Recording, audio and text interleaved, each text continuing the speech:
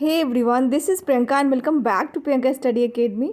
Today's class is about English class for SSC, banking, teaching and various other general competitive exams. And this class is really very good for the students who are preparing for SSC, banking, teaching and where English is generally asked.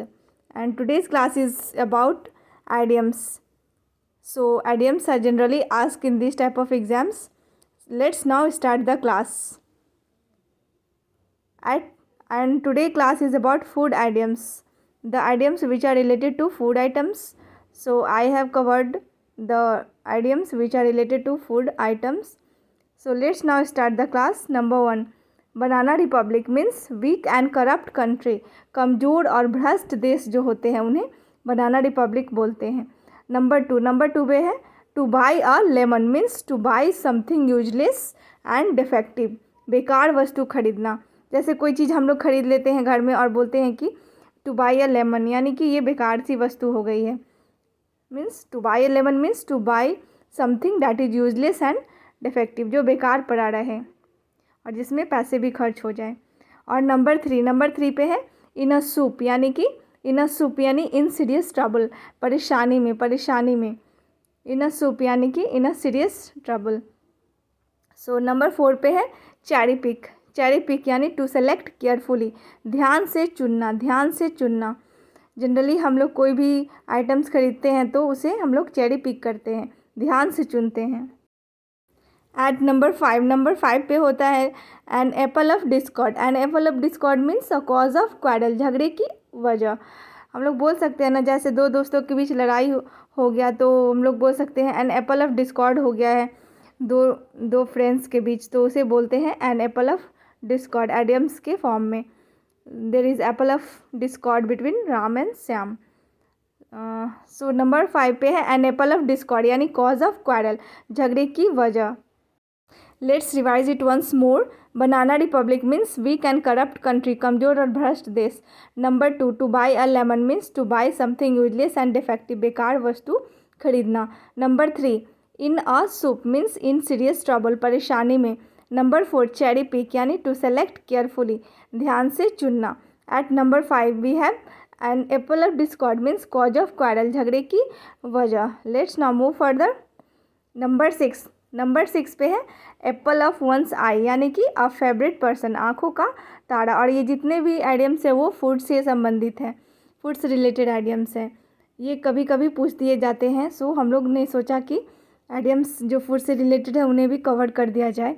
Number 7 पे है कॉच potato यानी one who keeps seated watching television, जो दिन भर बैठकर सिर्फ TV देखता रहे और चिप्स पापड़ ये सब खाता रहे, या फिर नहीं खाता भी नहीं रहे तो बस ऐसे ही बोल दिया मैंने. तो कॉच पोटैटो यानी one person who seated watching television, जो बैठकर टीवी देखता रहे. जनरली हम लोग देखते हैं कि गांव में जो टीवी सीरियल्स होते हैं उनमें सब कॉच पोटैटो की तरफ देखते रहते हैं, या फिर क्रिकेट मैच होता है इंडिया पाकिस्तान का तो उसमें भी सब कॉच पोटैटो बन जाते हैं, एकदम ध्यान से टकटकी लगाकर टेलीविज़न पे देखते ही रहते हैं.